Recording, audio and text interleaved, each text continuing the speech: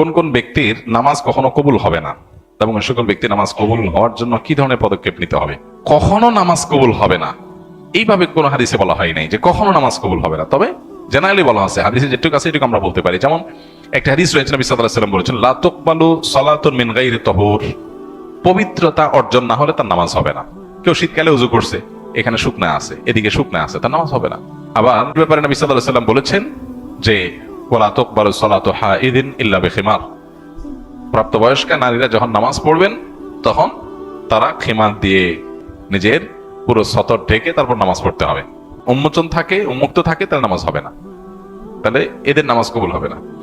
আবার আমরা জানি যে যে ব্যক্তি বেদাতে লিপ্ত তার ইবাদত বন্দেগী কবুল হয় না, এবং সেই সাথে যে ব্যক্তি নেশাগ্রস্ত হয়, মাদক সেবন করে, তার 40 দিন পর্যন্ত ইবাদত কবুল হয় না। এখানে কবুল হয় না মানে ইবাদত করে যেতে হবে, সে আল্লাহর কাছে অ্যাকসেপ্টেবল হবে না, কিন্তু সে আল্লাহর কাছে তওবা করে আল্লাহর কাছে পরবর্তীতে মাপ চাইলে আল্লাহ অ্যাকসেপ্ট করতেও পারেন।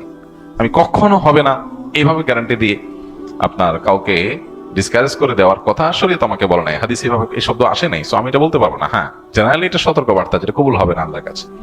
ঠিক একইভাবে কেউ যদি হারাম উপার্জন করে, হারাম দেহ গঠন করে, তাহলে তার ইবাদত বন্দেগী কবুল হবে না, দোয়া কবুল হবে না।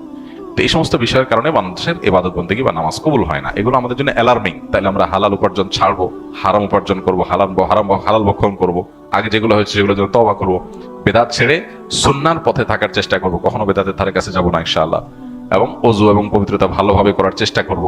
মেয়েরা নামাজের মধ্যে সতর পুরা ঢাকা হচ্ছে না খেয়াল করবেন। শাড়ি পরে নামাজ পড়লে তার উপরে যদি ওড়না না পড়েন, অনেক সময় শরীরের কোনো অংশ খোলা থাকে, কোনো টনি দেখা যায়, গলা কাঁধ দেখা যায়, চুল দেখা যায়, নামাজ হবে না। সো এগুলো ঢাকতে হবে। তো কোনো বিষয়ে যখন হাদিস আমাদেরকে সতর্ক করে, তখন আমরা সেভাবে সতর্কীকরণটা গ্রহণ করব, সতর্ক হওয়ার চেষ্টা করবো ইনশাআল্লাহ।